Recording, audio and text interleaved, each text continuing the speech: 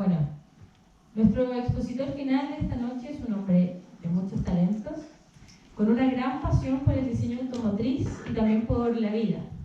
Osvaldo Sorzano es diseñador, máster en diseño de vehículos y académico del Departamento de Diseño de la Universidad de Chile. Ha colaborado en el desarrollo de una serie de vehículos eléctricos experimentales de diversa índole. Parte de su actividad académica la desempeña como colaborador en Carrera Solar Atacama desde el 2011. Muy bienvenido Osvaldo, por favor.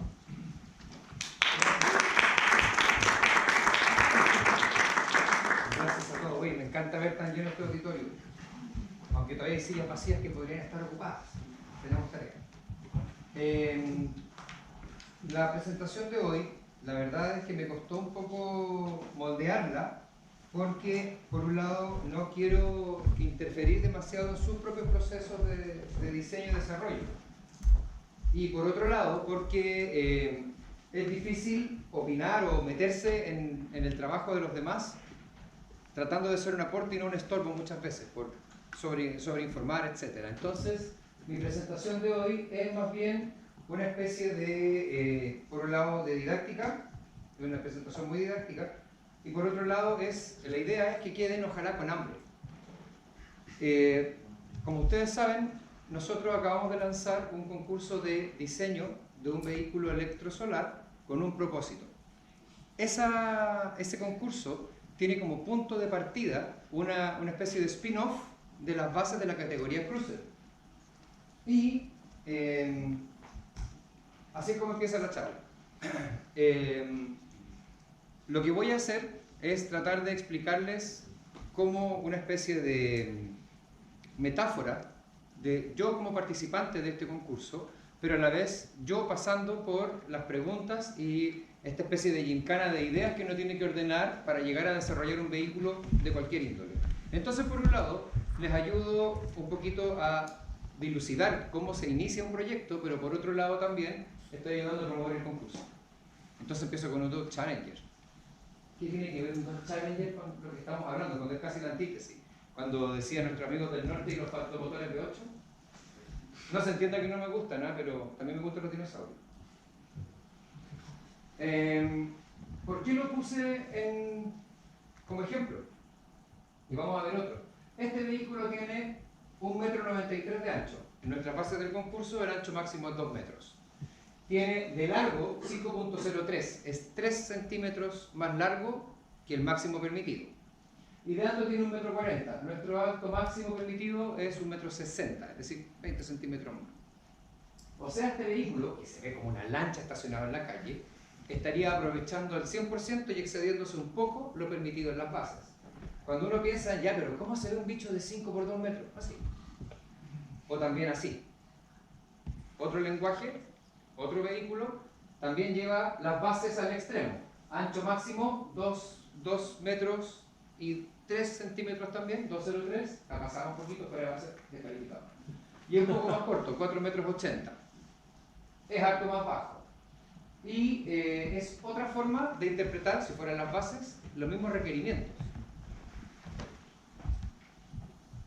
Por otro lado, ¿conocen este auto? Si lo quieren buscar después, Venturi Astrolab.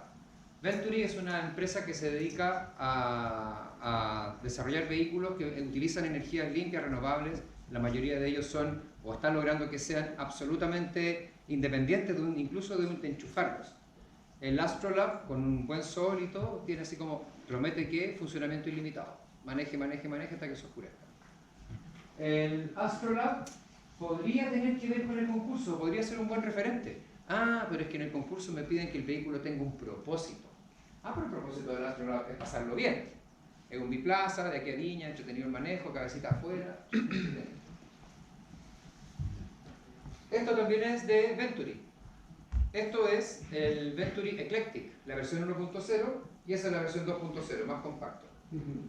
Ambos Eclectic, uno ya tiene 12 años y el otro tiene 10 años de antigüedad. Este tiene 10, este tiene 12 años de antigüedad.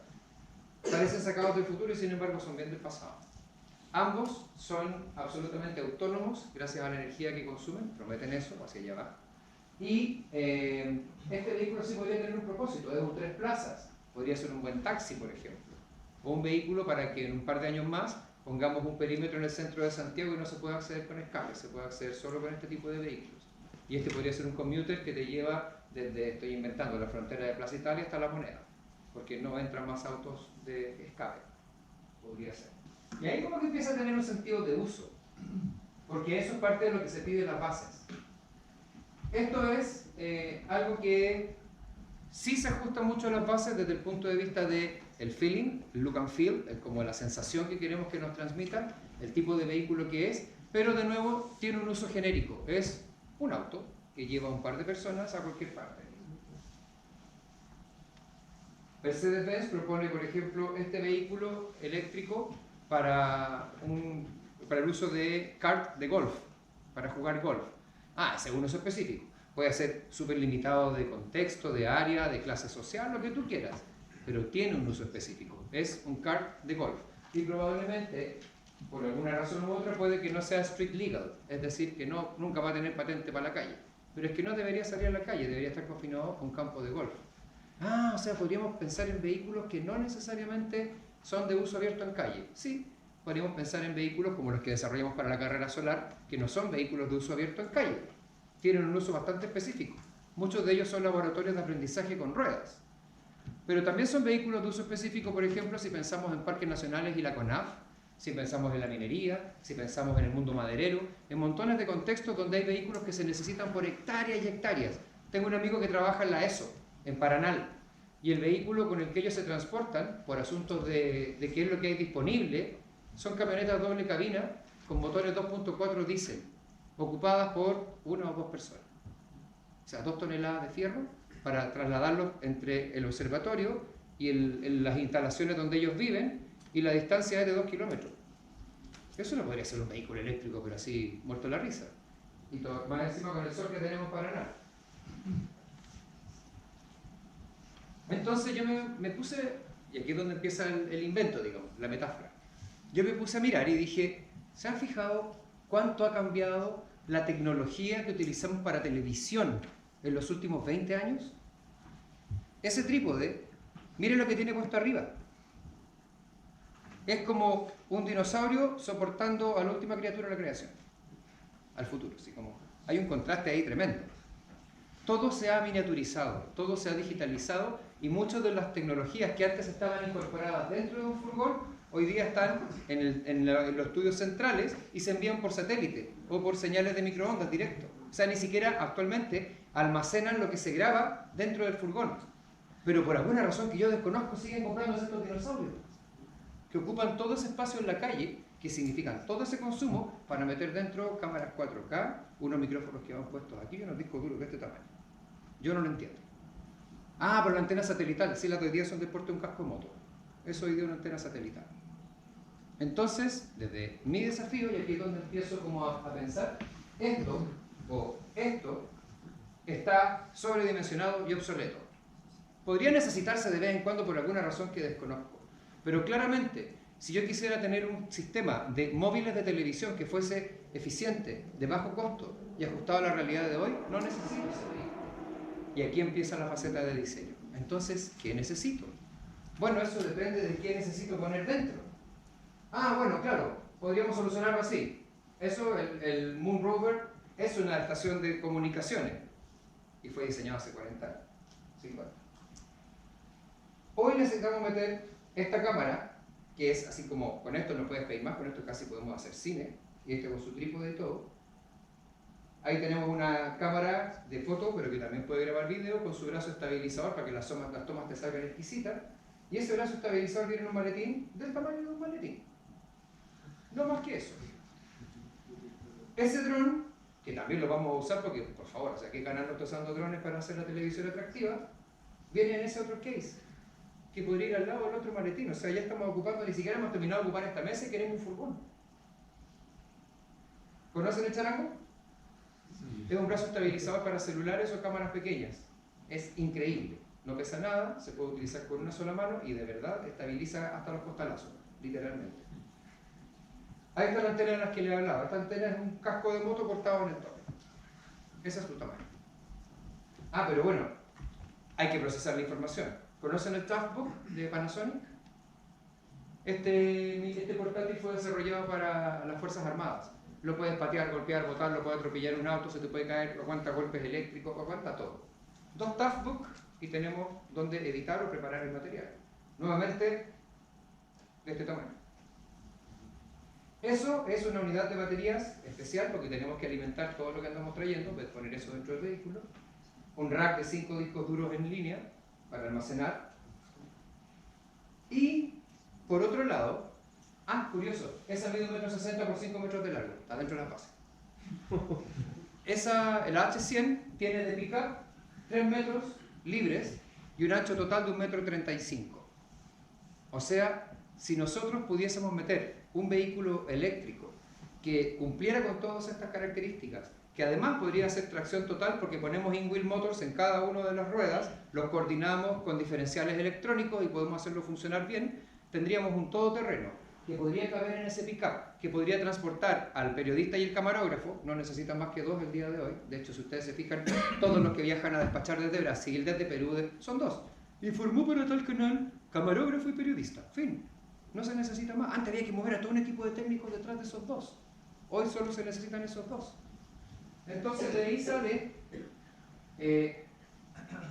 la idea de desarrollar algo que quepa ahí, como un extensor de rango para llevarlo de una ciudad a otra, y luego un vehículo no más grande que eso. Ahí tenemos una persona de 1,80 m, que no soy yo claramente, y estoy pensando en in-wheel motors, por lo tanto neumáticos más o menos grandes, tenemos 600 milímetros de diámetro, lo que significa que podemos tener llantas de aro 18, por ejemplo, y ahí dentro poner nuestros in-wheels. Tenemos, para cumplir con la base, paneles solares arriba, que nos da 2,3 metros, el máximo es 5 metros cuadrados. Si se hacen una idea, teniendo un ancho de techo de 1,70 m, lo cual es muy realista, los Challenger de nuevo, teniendo un ancho de techo de 1,70 m, con 1,70 m y 3 metros de longitud, ese es el máximo que puedes aspirar en paneles.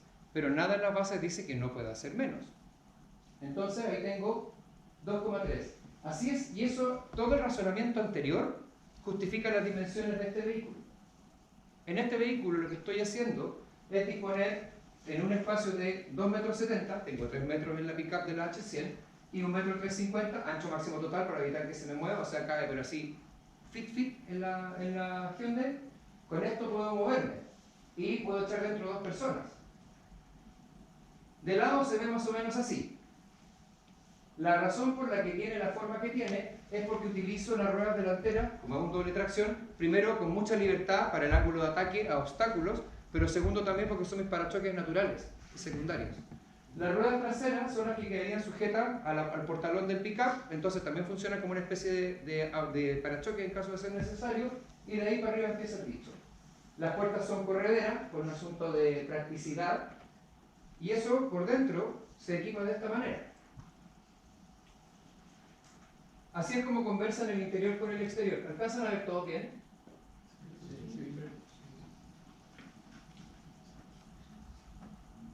Voy a mover esto.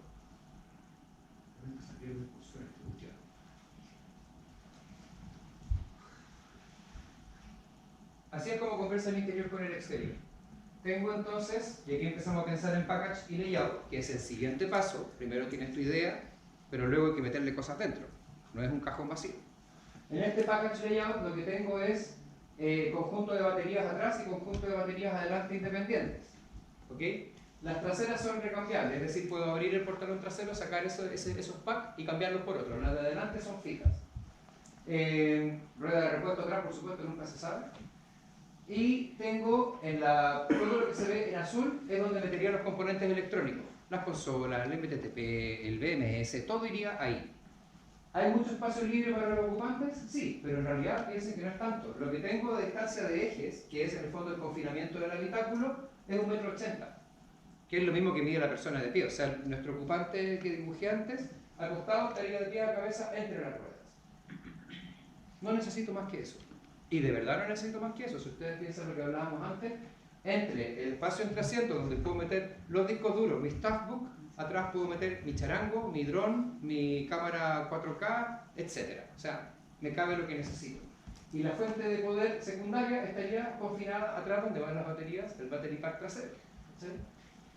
No necesito más que eso con el estudio de televisión, o un móvil, perdón, de televisión. Hay un diagrama muy rápido y muy simple de lo que estábamos conversando recién, package y layout. Siempre es ese tu siguiente preocupación. ¿Dónde acomodo el package y el layout? ¿Dónde meto todos los componentes? ¿Caben en los metros cuadrados que estoy definiendo? ¿Cúbicos en realidad?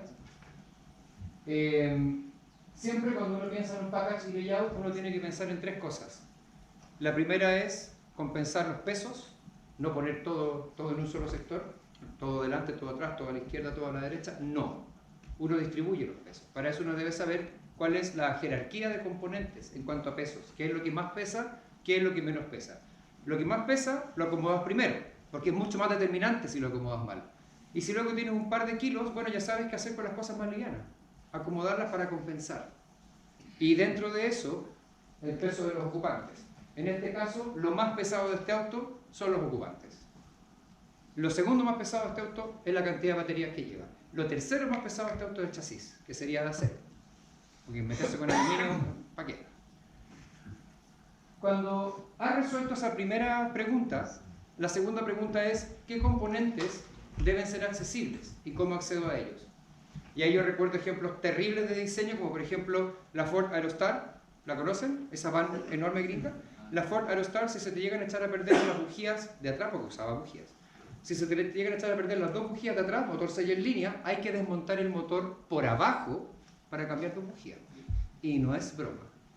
O sea, ¿en qué estaban pensando esos tipos? En nada. Entonces, segundo cuestión que uno se debe como meter en la cabeza es accesibilidad e integración. ¿Se cablean entre ellos, por ejemplo? ¿Y ahí cómo se cablean? Por ejemplo, el MTTP y el BMS deberían conversar a través de un cable. Y de ahí a la batería. ¿Cómo se cablea eso? La tercera preocupación, y la última, es cómo eso afecta en el uso del habitáculo. Los seres humanos son relativamente flexibles en el sentido de que los puedes sentar un poco más abajo, un poco más arriba, piernas más estiradas, etc. Pero por supuesto todas las decisiones que tú tomes van a afectar a la usabilidad del habitáculo. Y uno de repente se lo pasa por alto.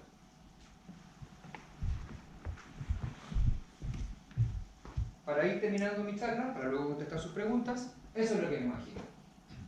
En el fondo ahí está el vehículo en uso, ahí tenemos a un periodista controlando el dron y enviando la señal por antena satelital. Todo eso salió de la maletera que está dibujada atrás abierta. Para tener un estudio de televisión móvil, un móvil de televisión, en el día de hoy, realmente, con un vehículo de esas dimensiones y con la tecnología que tú puedes adquirir, no hablemos de plata porque por supuesto un dron Karma 5 de GoPro no es barato, pero soñar es gratis. Con eso hemos resuelto el desafío que nos plantea el concurso de diseño que acaba de lanzar. Un boceto puede ser bueno, malo, pueden tener buena mano, mala mano, pero lo más importante es que un boceto sea claro. La imagen con la que estoy cerrando podría ser un increíble boceto o una mierda de boceto, no por cómo está dibujado, sino por lo que comunica, para qué sirve, cuánto me sirve para conversar del proyecto. Los bocetos, y en general toda la etapa de planteamiento de un proyecto, debe centrar la preocupación de quienes lo están desarrollando en poder comunicar el proyecto de tal manera que todos los que van a participar puedan apuntar con el dedo y decir, oye, cuidado con esto, oye, ¿cómo voy a resolver esto? Oye, ¿y esto lo tenéis pensado? Oye, esto... Si todos pueden ver su participación en tus bocetos, esos bocetos sirven. Aunque estén mal dibujado algo súper discutible. Pero el sentido que tiene es que cada persona convocada al proyecto pueda entender cuál es su rol en esos dibujos y plantear sus problemas, sus aprehensiones o dar el visto bueno lo antes posible. La fase de planificación es súper fundamental. La siguiente charla que vamos a tener es la continuación de esta y ya no considera aspectos de cómo enfrentar un desafío, sino cómo ejecutar un desafío. Si un desafío parte mal planteado, lo vas a estar ejecutando para siempre. Ese proyecto que nunca está listo. Esta etapa, que es la más flexible, es también la más crucial. Empiecen pensando desde el principio, su vehículo. ¿Qué quiero que sea capaz de hacer? ¿Cómo se debe comportar? ¿Con qué debe interactuar? En el caso mío, yo debo interactuar, me lo autoimpuse con una H100. Debo caber ahí. Todas las restricciones, traten de pensarlas desde el principio. Esas restricciones los van a llevar a dimensiones, pesos, componentes necesarios. Y eso los va a llevar a una propuesta estética, los va a llevar a una forma, a un volumen, a un objeto. Y ese objeto los va a llevar a técnicas de construcción, sistemas de unión y anclaje, etc. Y eso a su vez los va a llevar a tiempos, recursos en dinero, tipo de persona, perfil de personas que necesitas que intervengan en el proyecto permanentemente o de visita, 1 o 2 veces, necesito un experto que venga, haga lo que tiene que hacer y se vaya, le puedo pagar por hora, etc. La etapa en la que ustedes se encuentran para el concurso o para la carrera es la más flexible, pero es la más crucial. Háganla bien, conversen. Para mí conversar significa dibujar. Conversen todo lo que tengan que dibujar y si tienen dudas, nos llaman. Gracias.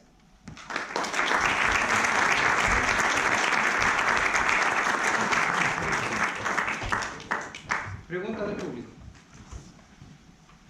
A ver, voy a ir bajando. Partimos allá al fondo y de ahí vamos bajando así, sentido cascada. ¿Qué tal? Claro. Oye, muchas gracias por la presentación primero. Y me gustaría contarte mi duda, que es una duda permanente en realidad. Nunca la he resuelto. Hablando de usabilidad del habitáculo, usabilidad del vehículo, he tenido siempre la duda cómo resuelven el feedback visual de los distintos sistemas al conductor. ¿Sí? Estoy hablando del dashboard principal, estoy hablando de cómo hay el diseño de información, visualización de datos, ¿verdad? Con todos los sensores, con todos los sistemas. ¿Cuál ha sido tu experiencia y cómo, por ejemplo, lo resolvería en este proyecto de televisión? A ver, lo primero es que es una muy buena pregunta y estamos en un momento súper crítico dentro del diseño automotriz en esas tecnologías. Se está volviendo todo touch. Y por un lado eso hace súper sexy un auto para venderlo, pero por otro lado descarta décadas de memoria táctil que hemos estado desarrollando como conductores. El saber que los gatos son ese cototo que está ahí arriba, no tienen ni que mirarlo, es como chuta, que la escoba, ¡pum! Por ejemplo. O saber que hoy hace mucho calor, etcétera, ok, aire acondicionado, ya. Todos esos gestos son memorias táctiles, son memorias espaciales que con la pantalla touch se pierden.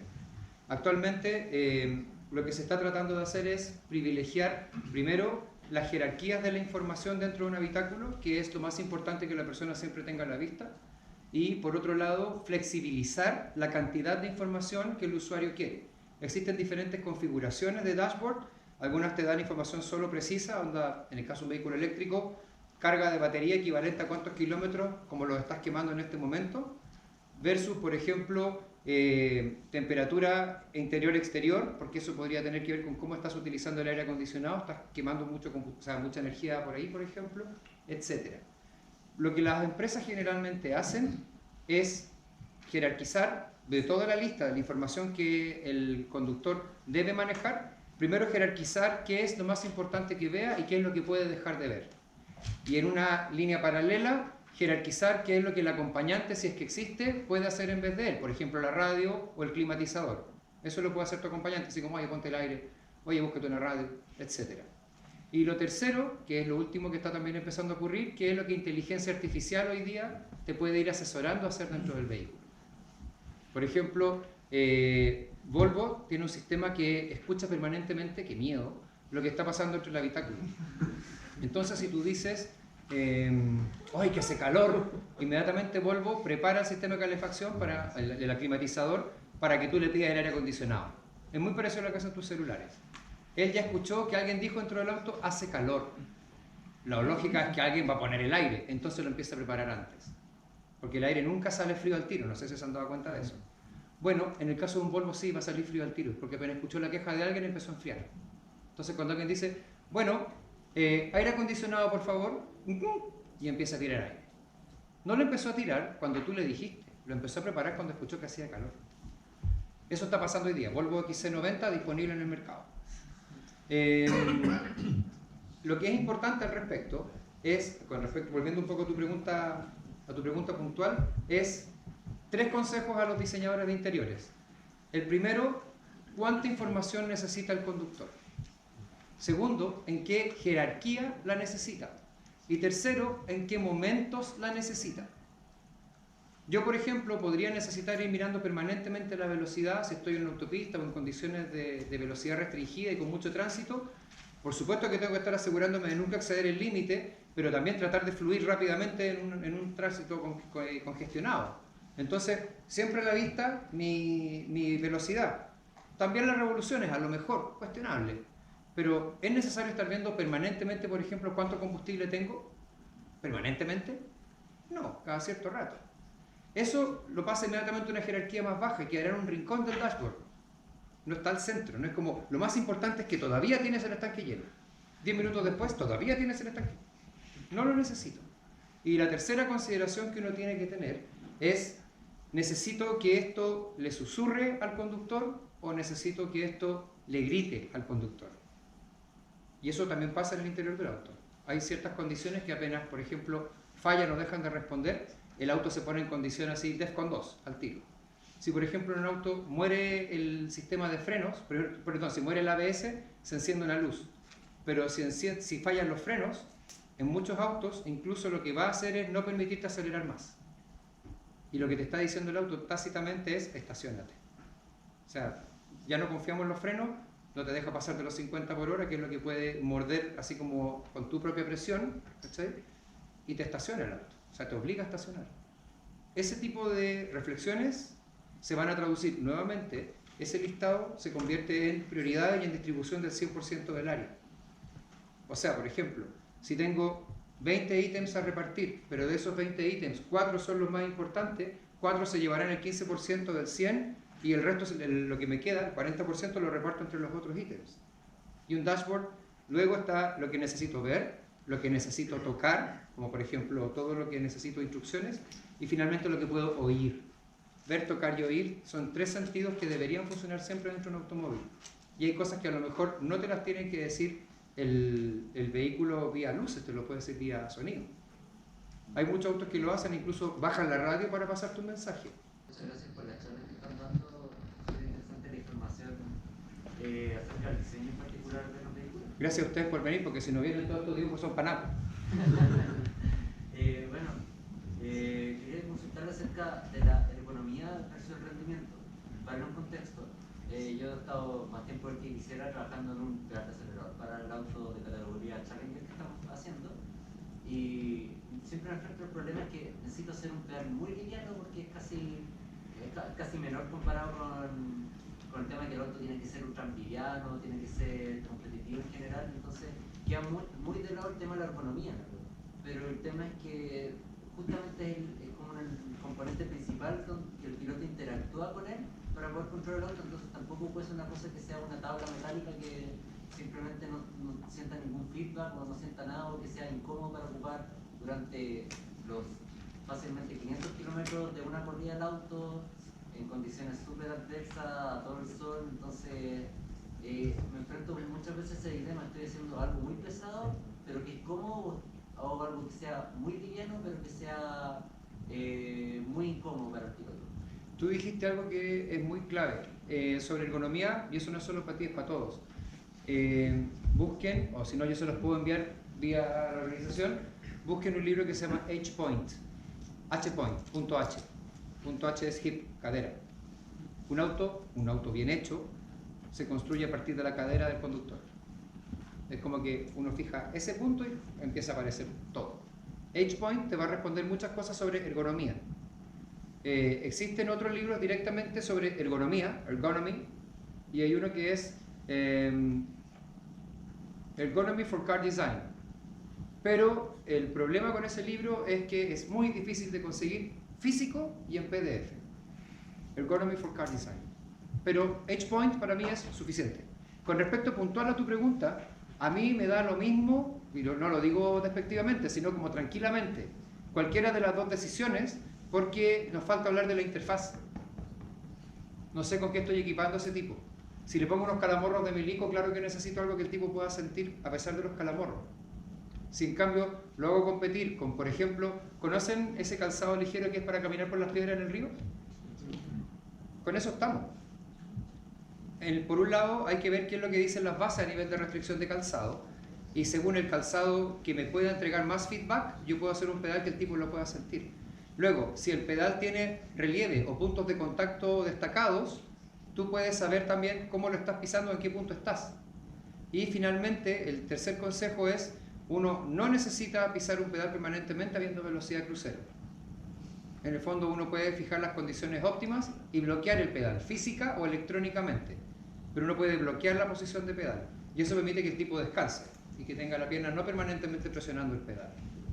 Y eso es bastante simple. En el fondo, si tú tienes un sistema de memoria en el levantamiento de datos de electrónica del auto, que todos ustedes lo tienen porque sus autos son laboratorios, lo que tienes que hacer, pedirle es que mantenga esa configuración.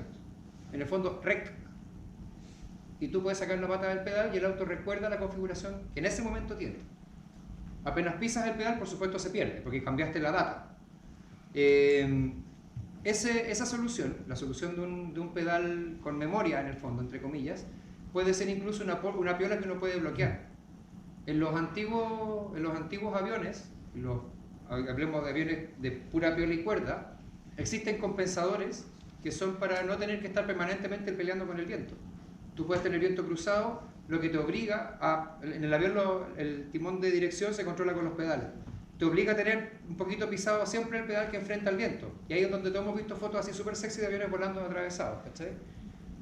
Nuevamente lo que tú haces es, una vez que tú orientas el avión, tú giras el rudder hasta que sientes que se pone liviano, porque al principio estás peleando con el viento. Cuando sientes que se pone liviano es porque se alineó y lo sueltas, y ya puedes sacar la pata y el avión sigue así. Entonces, hay incluso mecanismos de piola que ustedes van a encontrar soluciones de los años 40 para poder dejar un pedal donde tú lo quieres. No aplicable al de freno, por supuesto. Do you want We have add another something? answer You from- can, yeah, we need to translate to him. I will. So, like, we built a really, really small Challenger, like, I think most people don't even fit. Dice que construyeron un Challenger tan pequeño que mucha gente no ni siquiera cabe en él. But it's really comfortable. Es muy confortable. Two things, what we do is, first is, before we design the car around the person. How do we do that? Before we start, we 3D scan the person in different positions. And then we rank them with how easy they are. And then we made like a sort of benchmark, like, okay, this is comfortable enough, and this is small enough, and then that's the one we chose. I will translate. Dice que lo que hacen como parte del proceso es diseñar en torno al primer ocupante, en el fondo al conductor. Y lo que hacen es escanear en 3D, cosa que hoy día se puede hacer hasta con una GoPro, ojo, escanear en 3D diferentes posiciones cuando aún no está hecho el auto. Empiezan a sentar al tipo en diferentes posiciones y las van escaneando. A medida que someten a la persona a permanecer en esa posición o a hacer actividades en esas posiciones, van haciendo una especie de benchmark de cuáles son las que se hacen mejor y cuáles son las que no. Y eso es lo que los ayuda a decidir al final qué posición es la más correcta. Que continúe. Second one is we only have one pedal, the braking pedal, that we hope never to use because it's mechanical braking, and we have everything on the steering wheel. Okay. Like just everything. Even throttle? Throttle is on the steering wheel, so we just do it with the how do you say it? We put the speed and it goes with the speed. You go for the cruise speed, like For the cruise speed. select, fix, and that's it. Yeah, but if you do your PID regulator really good, if you put your set point higher, you accelerate faster. So if you practice that a lot, and if there is a difference between a small push, it's one up, a long push, it goes quickly up. If you do that correctly, it's really easy to drive. Ya, lo que dice que... Sorry, brakes also. Also brakes, but like the regenerative brakes. Regenerative brake is also on there. All the mechanical brake is down in the pedal. Lo que dicen es que también transfieren todos los mandos excepto el verdadero freno mecánico al pie. Lo único que se utiliza con el pie es el de real freno mecánico que esperan nunca tener que usar, porque significa que lo demás falló, básicamente. Entonces tienen, por un lado, configurado el acelerador en una mano y el freno en la otra. Y ambos responden a diferentes estímulos. En el fondo el estímulo no es constante. Si tú das un empujón suave, el tipo responde que es suave, pero si tú lo empujas hasta el fondo, él entiende que es todo el torque now, va a salir rápido. Lo mismo con el freno, si tú vas presionando el freno, él entiende que debe frenar gradualmente, pero si le das firme significa todo el frenado ahora. Y eso es pura configuración electrónica y se puede hacer en el fondo. Y ellos lo que hacen es configurar o llegar al punto de balance entre consumo-velocidad y fijar velocidad. Y dejan el auto ahí quietecito hasta que sea necesario volver a jugar con freno o con acelerador, adelantar o obstáculo, lo que sea. Mande. Quería preguntarle cómo le resultó eso ahora en la carrera actual, la última año. How good was that configuration, like that decision in this last race you had here? Yeah, ¿Por qué? Porque ahora Why we- es muy distinto el escenario donde Because a nivel de our experiencia- scenario is very different from Australia, which is almost like all the way straight and turn right. yeah. So the whole motor settings we did completely different because in Australia you just put one speed in the morning, and you brake in the control stop, and maybe 5 kilometers. There's 5 kilometers an hour difference, but that's not here the case. So we just like the motor needs to react differently, and that's just pure thinking in front, like it just. But it was config or config? Config. Tuvieron que hacer la reconfiguración electrónica completa de nuevo para esta carrera, porque el comportamiento que tienen en Australia es mucho más estable en el vehículo y el que tenían acá es mucho más inestable. Pero es trabajo, en el fondo, es horas poto sentado reconfigurando. The most important is testing. You just need test. Y test, testear. test, test. Testear. Testing. La última consulta que me había quedado, que era un poco más fuera del tema de los origen, era que me había llamado su presentación la atención al tema como cuando uno diseña un auto igual tiene que diseñarlo de una manera atractiva para el consumidor.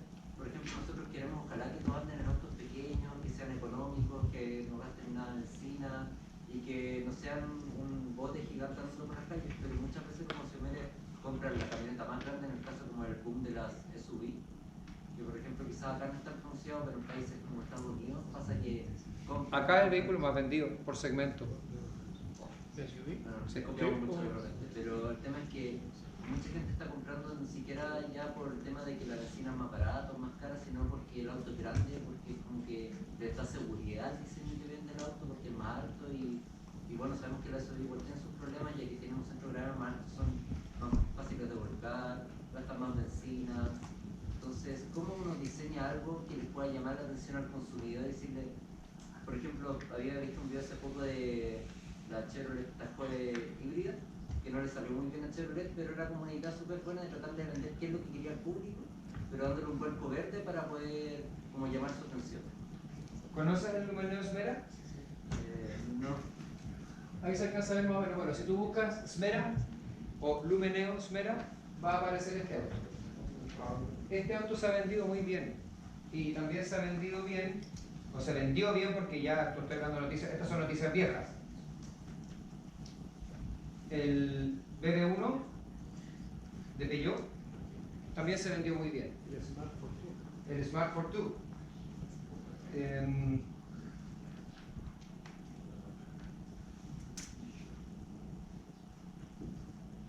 Actualmente hay una versión incluso autónoma de Smart Fortwo. Ahí tú tienes razón y estamos un poco pensando en... Esta pregunta está más relacionada con el concurso que con la carrera. En la carrera, por lo general, nuestros autos suelen ser atractivos porque son bichos raros. Y todo lo raro llama la atención. Y cuando está bien ejecutado, esa rareza lo hace verse único. No es lo mismo ser raro que ser único. Desde ese punto de vista, un vehículo experimental, si está bien ejecutado, ya logró hacer que la gente se dé vuelta a mirarlo. Wow effect garantizado. Cuando uno hace vehículos para la calle, donde te empiezas a agarrar a codazos con todo lo demás que hay en la calle, tú tienes que tener claro o resolver un triángulo que no es fácil de resolver. Y uno es que, primero, tú no le puedes vender autos a todo el mundo, sino a alguien en especial, y debes definir bien ese alguien. Cuando tú defines ese alguien, mientras mejor lo definas, menos competencia tienes. Primera cosa. Lo segundo es, cuando tú diseñas un vehículo y lo diseñas para ese alguien, lo diseñas para los propósitos que ese alguien busca en un vehículo. Y lo tercero, que es tal vez lo más difícil y lo más arriesgado, y esto me lo enseñó uno de mis profesores de diseño automotriz, Chris Bangle, me dijo, tú no puedes ser vanguardista y comprendido al mismo tiempo. Tienes que elegir una de las dos. Las vanguardias nunca son comprendidas mientras son vanguardias, si no, no serían vanguardias, serían tendencias. Una vanguardia, para convertirse en tendencia, debe lograr hacerse ver y hacerse, en el fondo, hacerse deseable. Pero si nosotros creemos que el problema que tenemos con la venta de los SUV e ir hacia el otro lado tiene que ver con la educación del consumidor, entonces eduquémoslo, hagámonos cargo. Cada auto que sale a la calle de manera distinta a esos SUV es un statement. Y ahí es cuando Javier decía construir es un acto político. En ese sentido, claro que lo es. Cada vez que tú dices, mira, yo puedo llegar donde mismo tú llegas consumiendo la mitad y con un auto igual de sexy pero más pequeño, yo creo que uno está poniendo un punto en la mesa. Y ahí comprarán SUV las personas que realmente la necesiten, por la razón que sea, psicológica o práctica. Pero la gente que hoy día compra SUV porque hay que tener un SUV porque el vecino tiene otra y el de allá también y el que sigue tiene la más grande, empezará a pensar distinto. Pero no va a pensar distinto si nosotros no le ponemos otras ideas en la calle. Hay que correr ese riesgo. Y en este momento existe casi un vehículo para cada tipo de persona que se te pueda ocurrir.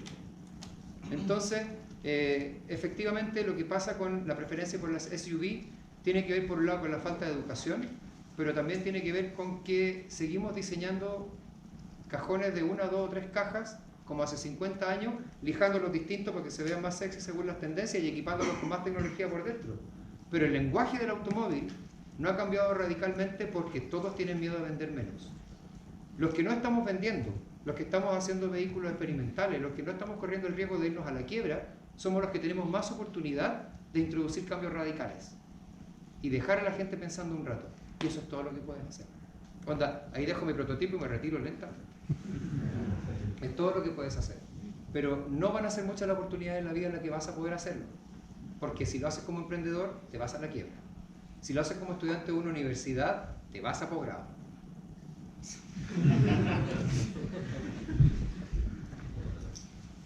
Muchas gracias. Question? Maybe one thing to show is that there are people that actually were the same as the guys here 6 years ago, and they now presented a car in the Netherlands.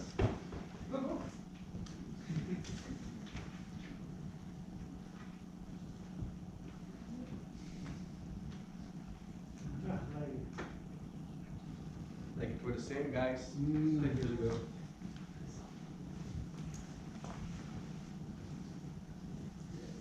Esto es un statement, ¿se fijan?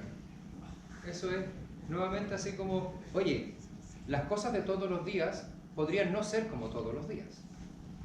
Claro, obviamente el que se apoya en el capó me debe como un palo, pero eso es otro tema.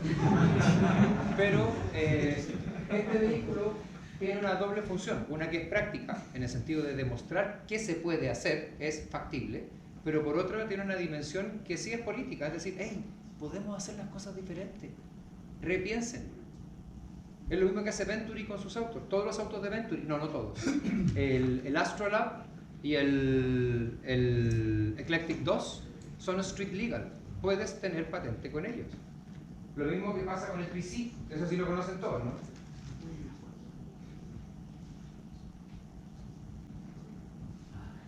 Ese bicho raro es street legal. Se puede sacar a la calle. Y cuando uno lo ve pasar, uno dice, oye, si en realidad 2,5 toneladas de fierro para 2 personas, un poquito too much. ¿Más preguntas? Bueno, José Alarcón, de parte del equipo TEL. Son preguntones los ustedes, me caen bien.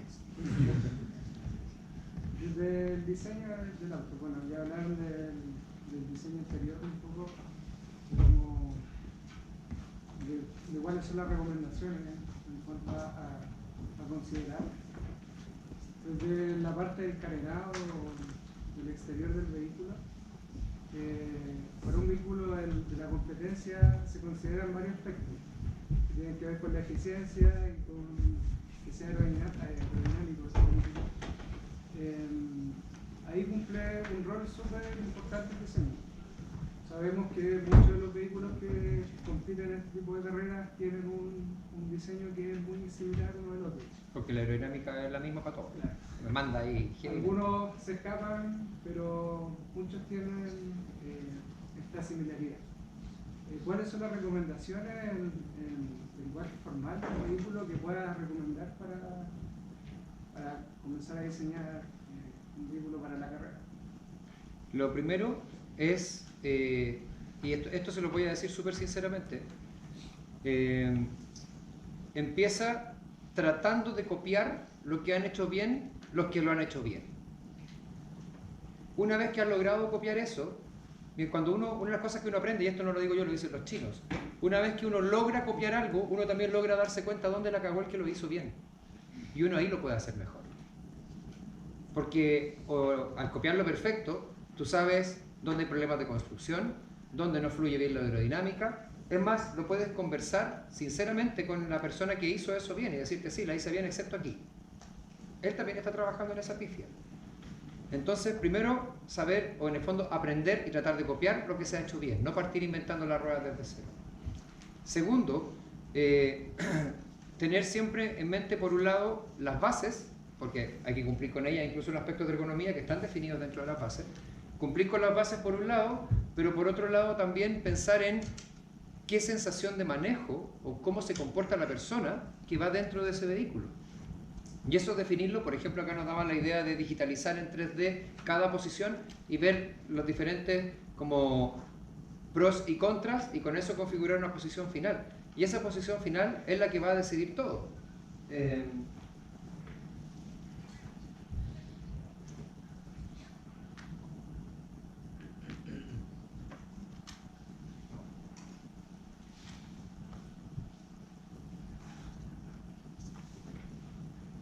¿Conocen este auto?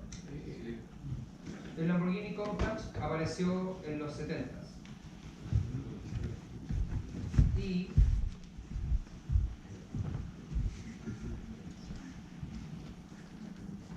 cuando apareció, la gente quedó en estado de shock.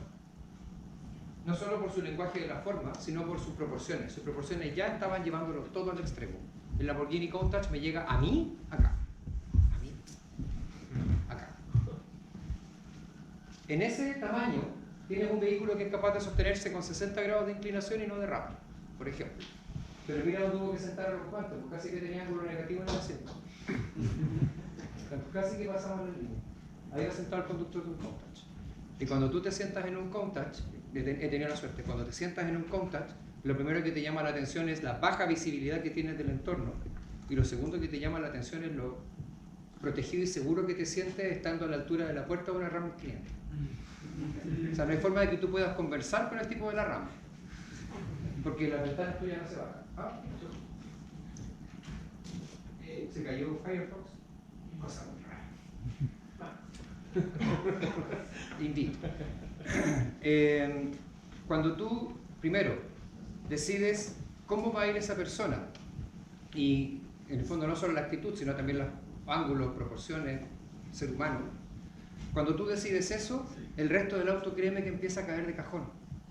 Se empieza a solucionar solo, porque le vas a dar los márgenes de comodidad más el equipamiento de package y layout contra las restricciones que te da la aerodinámica y el vehículo va a empezar a resultar solo. Por otro lado, me parece que no es necesario poner lo más innovador en cómo se ve un vehículo, sino tal vez en cómo se comporta o en cómo está ejecutado. La combinación de materiales, la fabricación. A mí una de las cosas que me dejó en shock cuando vino Tokai fue cuando los tipos, bueno, por fuera se veía como un auto solar cualquiera, sí, pero los tipos lo abren y ahí es donde uno dice, concha. Ahí a uno dice, ya, estamos a años luz de esto. O lo mismo nos pasó con el equipo de Eindhoven, cuando abren el vehículo y uno mira por dentro y uno dice, ahí está todo. Y eso también ocurre cuando uno, por ejemplo, levanta el capó en los autos convencionales. A veces el auto se ve como otro más, pero uno abre el capó y uno dice, pero cuánto cariño hay aquí adentro. El cableado, la forma de ¿saben? Con eso el concepto araña de escape o pulpo de escape, es la forma en la que los tubos se van conformando para salir, que muchos autos los tiran para el lado y usted, bueno. Otros, de verdad, se dan el trabajo y dicen, pero cuánto cariño hay acá. Y ahí también tiene que ver con dónde quieres poner el filete. Uno puede ser ostentoso y ponerlo todo por fuera, o uno puede ser discreto y dejar las cosas por dentro. Entonces, hay más de una oportunidad de hacer un bello diseño para un vehículo, que no necesariamente es por el lado de las placas solares, a lo mejor por el otro lado. Cuestionen qué es el buen diseño. El diseño automotriz no es solo styling, es mucho más que el styling. Una pregunta más por la hora, chicos. Entonces no, pues. Muchas gracias por su tiempo.